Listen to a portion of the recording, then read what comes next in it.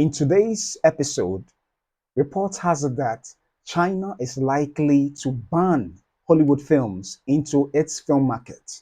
Is it really going to go through? And what are the reasons why China wants to do this? Well, this and more is what we're going to find out in today's episode of the Film Mandate. Stay tuned.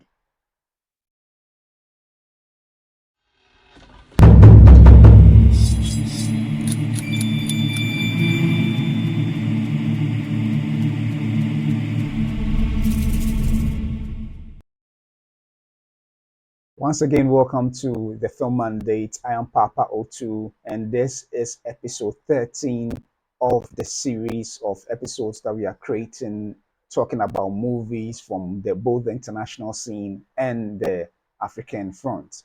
In today's episode, we only have one story to treat because I realize that it is more packed and there's a lot to unpack in regards to reasons and information in there.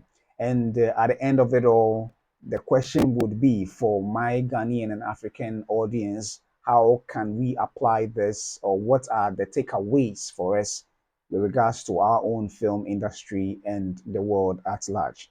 So today we have quite an interesting article from the Hollywood Reporter. There are several trades and websites that have published these same articles since it is indeed a big issue. And the reason for China wanting or going ahead with this, the possibility of banning Hollywood films into its markets is as a result of the tariff wars or the tariffs that President Donald Trump of USA has been slamming against the nation of China.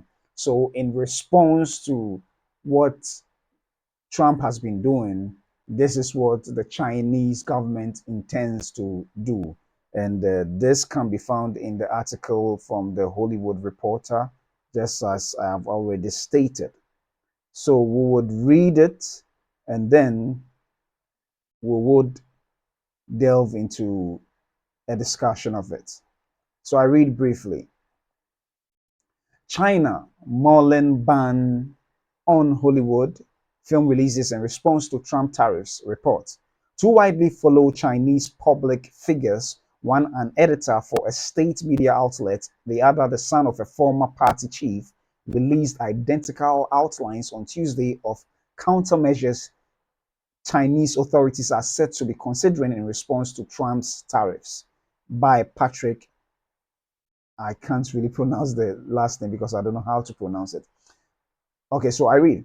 The US film industry so far has escaped direct retaliation from countries hit by President Donald Trump's globe spanning tariffs, thanks to theatrical film releases and streaming platforms being categorized as services rather than physical goods. But Hollywood's lack in China, the world's second largest film market, could soon run out, according to statements issued by two influential public figures in the country. With trade relations between Washington and Beijing spiraling, two widely followed Chinese bloggers posted an identical set of measures that local authorities are said to be mulling in response to Trump's 54% tariffs on all Chinese goods, which the president vowed to increase to 104% if Beijing didn't back down from a pledge to match the current US tariff rate. The list of mooted moves includes reducing or banning the import of US films, as well as increasing tariffs on US agricultural goods and US services, among other countermeasures. The political plans were shared simultaneously over local social media by Liu Hong, a senior editor at the state-backed Xinhua news agency, and Ren Yi, the influential and widely followed grandson of Ren Zhongji, former Communist Party chief of Guangdong province. Sorry. Both figures attributed the outlined proposals to unnamed sources familiar with authorities planning. Bloomberg Bloomberg News was the first Western outlet to cover their statements. The US studios' earnings in China have declined drastically in recent years as local tastes have shifted away from Hollywood franchise spectacle toward the country's homegrown Chinese language blockbusters. But losing all access to the Chinese market could still ding the studio's bottom lines. Warner Brothers and Legendary's A Minecraft movie opened in China in first place last weekend with ticket sales of $14.5 million, just over 10% of its $144 international earnings haul. In 2024, the biggest US release in the country was Warner Brothers and Legendary's Godzilla vs. X Kong, the new empire, with a hefty $132 million China box office total. Chinese authorities hold a firm grip over every aspect of film distribution in the country, and they have worked tirelessly over the years to boost local content at the expense of imported movies. Under former trade agreements, China committed to releasing 34 films per year under revenue share terms, with overseas studios permitted to a 25% share of ticket sales. Other films, usually smaller budget titles, are imported via a buyout system where a local distributor pays a flat fee to release the movie in Chinese theaters. China's film regulators also maintain strict censorship standards for film content and choose the release dates for all movies, reserving the most lucrative holiday windows for local Chinese films. The film business, though, is one sector where the US maintains a sizable trade surplus with China, as Chinese films, despite their enormous earnings in the home markets, have made little headway with mainstream North American movie goers. So, this is the article from the Hollywood Reporter. So, as already stated in the article, the reason for China bringing about these countermeasures is because of the 54% tariffs, which is likely to increase to 104, as Donald Trump has stated or threatened that if they do want to match up with their 54% tariffs on the Chinese goods being imported into America, he's likely to raise to that percentage. And as a result of this, these are some of the possible countermeasures that China intends to leverage against the US should Trump not back down on some of his statements. Now, the challenge, just to clear the air, I usually don't want to talk about politics or anything with regards to politics or affairs in this by very show, but just as it affects the industry directly. And I feel like it is necessary to bring it up because these are policies being put in place that directly affects the film industry, whether intentionally or as a consequence of action being taken. So, over the period of episodes that I've done, I kept hammering on the idea that policy is a crucial element regards to building a film industry.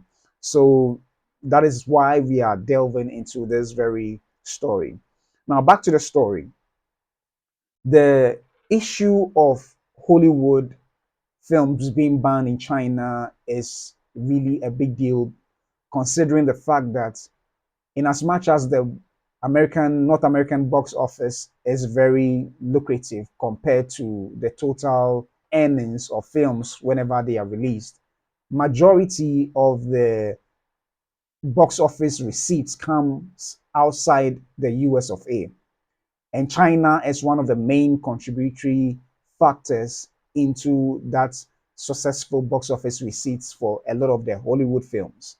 And as a result of that, Hollywood definitely will be concerned because in that case, their business will be affected as to whether both sides or Trump in particular may back down. President Donald Trump may back down so that Hollywood can indeed have uh, a stake in the Chinese going audience. That is yet to be seen. But then, when Hollywood is affected, it then may also have ripple effects on the world over, in terms, even in terms of the general box office targets set for the year 2025. In the year 2024, the box office total was $30 billion, of which both, especially America or Hollywood films, had some of their monies from the Chinese market. As stated in the article, the same China doesn't have the same penetration as a result. I mean, the same penetration with their movies with regards to the American going cinema going audience. However, on the other front, in China, America, you have a lot of Chinese cinema going audiences flocking the cinemas to watch American films. So, as already stated in the article, the government, or Chinese as a government, the Chinese government in itself has found ways and measures to make sure that the Chinese filmmaking industry has a upper hand what compared to the introduction of the foreign films. So special holidays are reserved for their local films and other incentives to make sure that the Chinese the Chinese watch their own film and make sure that a lot of the money go to their own people. So that is quite interesting. But Hollywood has realized that the with the entire Chinese film industry is said to have over 12,000 cinemas, over 12,000 cinemas. And that indeed is a big market, considering the fact that even the Chinese market as a whole, the Chinese population as a whole, numbers over a billion. So the Chinese market is indeed a very good contributive factor to their bottom line. As a matter of fact, for all industries, if they are to accept all film industries to also have a little penetration into their territory, it is likely to help build every other industry by the box office receipts that comes directly from China. So it is indeed a worrying issue as it stands now, because a lot of Hollywood films, if they are affected, would mean that in their next productions or co-productions with other nations, some which comes into Ghana directly or other African states and maybe other countries, will be affected, because then budgets have to be cut to ensure that they can make their monies back when it's streamed in only US and other markets, excluding that of China's. So this development is an interesting thing that I'm sure all stakeholders in the film industry, particularly Hollywood, would be paying attention. Sorry.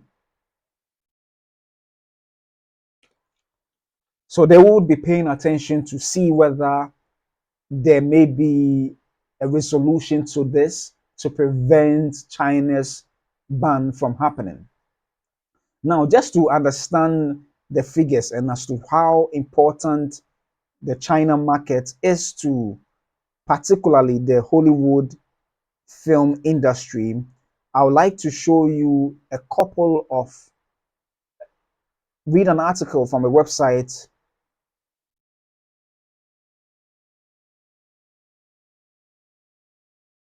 So read an article from a website called the Statista.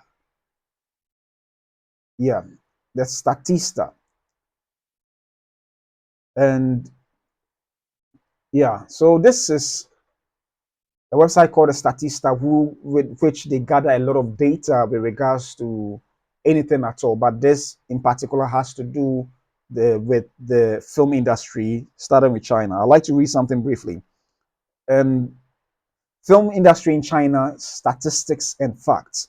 China retained its position as the world's second largest film market in 2024, demonstrating a steady upward trajectory.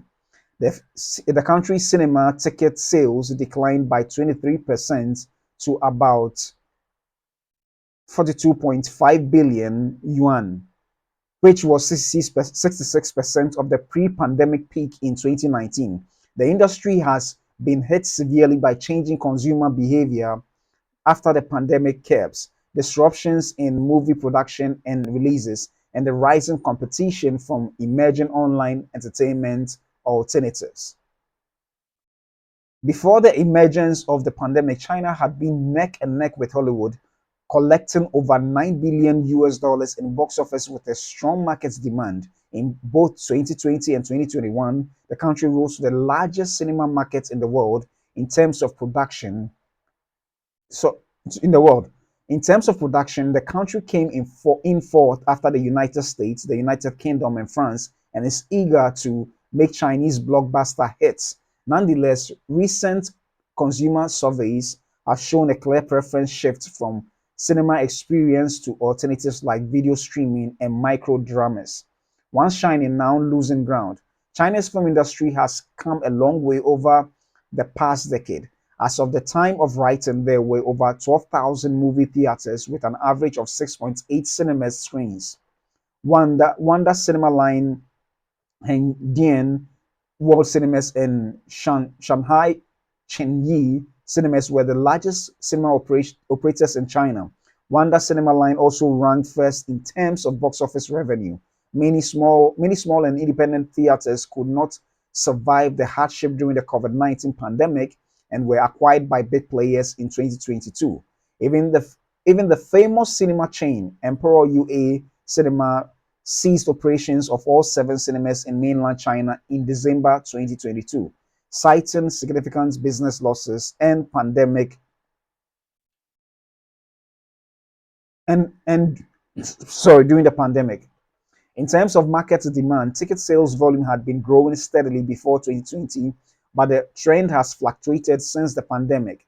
More affordable and accessible home cinema systems, extensive content library of streaming platforms, economic downturn are the major factors making cinema visits less appealing.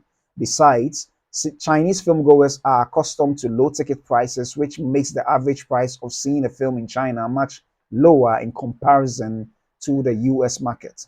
Big challenges to appeal.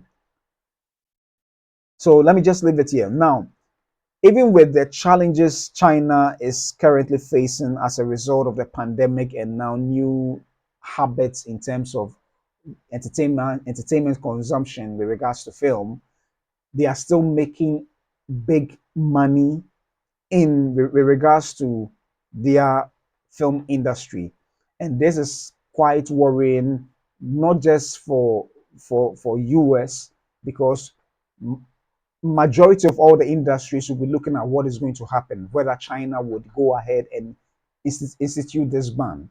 And now, with the institution of the ban, it's going to cause a drop in the overall box office for, I mean, totally for the entire world.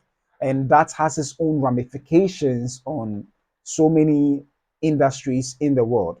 Now, just as I said earlier, if China goes ahead to institute this ban, it will cause a drop in the bottom line of the Hollywood films box office, which in turn would mean that co-productions may end up receiving less budgets in the producing of their films in order to make sure that what they break even when they are streamed online or they are shown in the cinemas.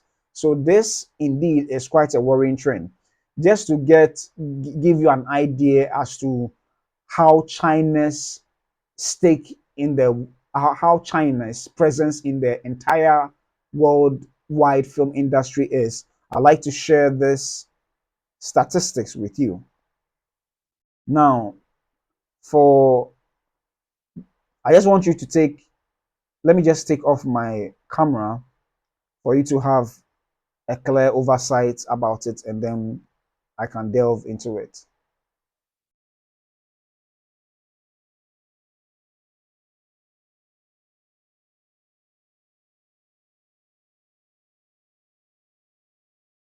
So, as you can see on the screen, This indicates the total worldwide box office results for the year 2024. And in the year 2024, it was even projected to be much higher, the total worldwide box office to be much higher than 30 billion. But then at the end of the 2024 year, it was $30 billion that was accrued totally from all the film industries combined that was really recorded. And America's percentage in this worldwide box office total is 26.73, which equates $8 billion and a little over it, 8 billion and $19 million. China's total is 19.7, which is second to America's 26.73, which equates to $5 billion 910 million. The rest of the world makes up 53.57%, which equates $16 billion and $71 million. So, looking at these figures, no one can argue the fact that China's presence in the world film industry is so important to Hollywood. I would even say it's important to the rest of the world, but the only thing is that perhaps much of the world have not had the opportunity to have their films penetrate the Chinese film market. Just, I mean, compared to what US have been able to achieve with theirs and the relationship they've developed with them. So the Chinese market is really massive. It's really huge. To have 12,000 cinemas with an average of 6.8 screens, meaning that you are talking about over perhaps 70 to 80,000 screens. And looking at the numbers of Chinese people who go and watch, plus the possibility of foreigners who also are in China and may want to also go to the cinemas, the potential for making money on a scale on an unprecedented scale is massive. So for this tariff war to be going on, it's quite worrying because everybody is keenly interested and watching to see what will become of it. Would Trump back down on the tariffs so that the film industry will not be impacted negatively? We are still hoping something good will come out of it. Now, the question is, what is the takeaway of all that is happening in the world with regards to the African film industry?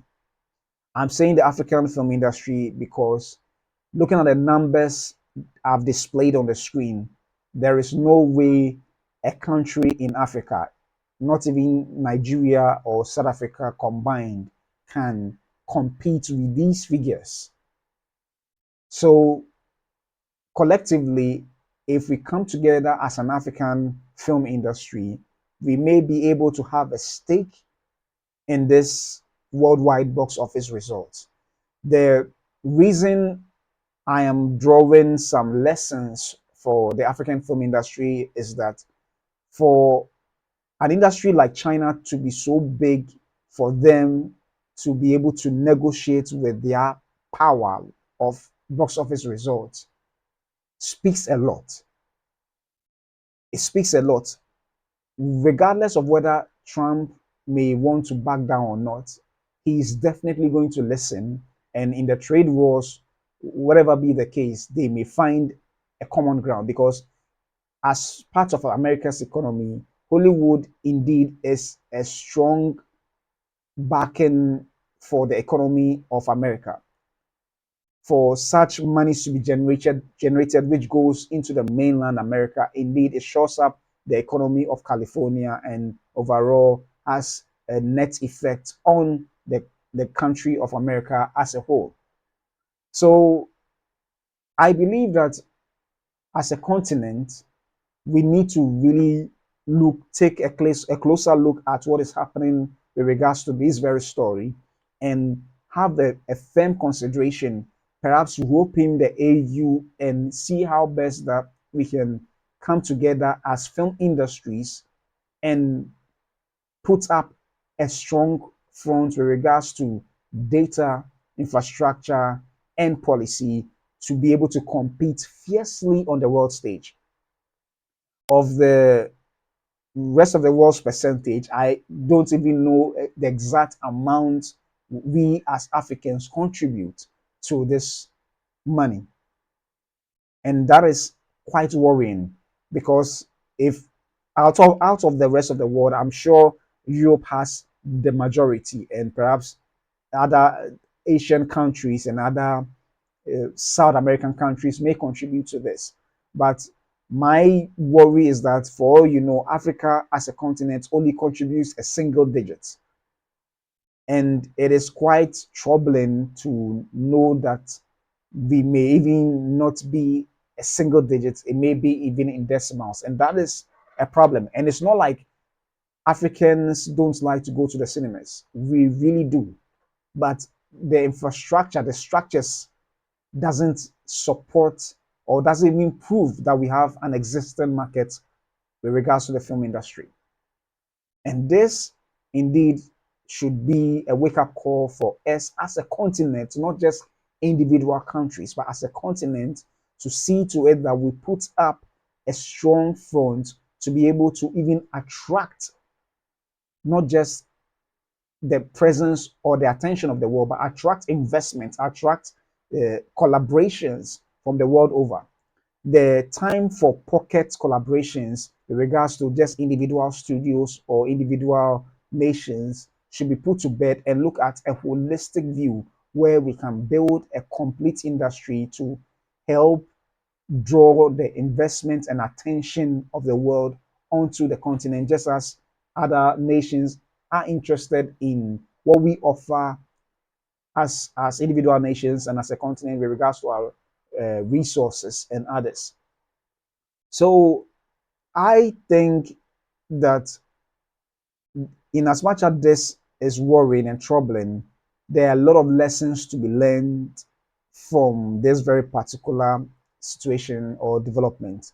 And I believe that as a people, as filmmakers, as stakeholders, especially those who are at the level of being able to influence policies and being able to bring together governments, they need to really pay attention to this, because with such amounts, even a quarter of these amounts coming to Africa can help the industry be more formidable than it used to be.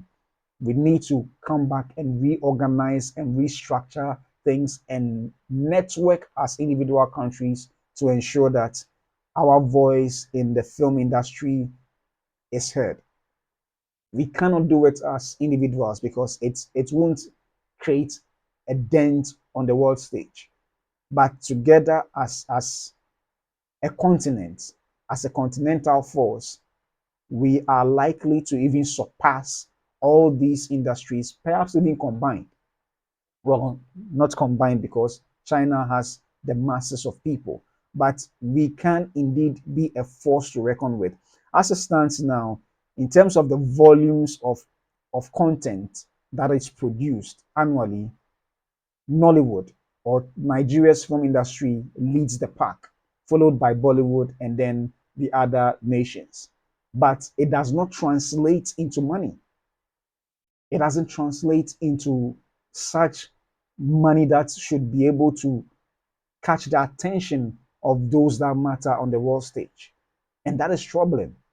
So if Nigeria alone leads the world in terms of the volume of productions being done, you can imagine if the entire continent is put together and is running efficiently, that it means that we may even be able to surpass a lot of these industries combined. And if the structures are put in place very well, whether be it on streaming or in the cinemas, we are likely to make even the most amount of money in the total amount of money for the sorry, for the worldwide annual gross of the box office. So there's something very interesting and an interesting development that I hope that the right people are listening and watching and taking lessons from it, so that the necessary discussions among those that matter on the continent would be would be put in place to ensure that we take advantage of this opportunity. So yeah, this sums up my episode for today, and I felt it was something worth discussing because it has a lot of implications, not just on the world stage, but to us as Africans and also as a country, Ghana. So this is something that I really enjoyed reading the article because it opened my eyes to a number of things, and I hope you also enjoyed as I shared this with you. So I would like to thank you so much for joining me in this long, quite long or lengthy episode as we had to read a lot of articles and whatnot. So thank you so much for joining me. And this is the episode 13. I will hope that you are subscribing to this channel if you haven't done so. And if you also, I'll be glad to have your comments in the comment section so that I can read your thoughts if you have a different opinion as to what I said, or you want to share something that is very informative for every one of the listeners here to also learn about it. Kindly drop your comments below so that I can do that and we can all learn more about the industry and how we can help the industry grow. So thank you once again. And my name is Papa Otu, and this has been the Film Mandate. See you soon.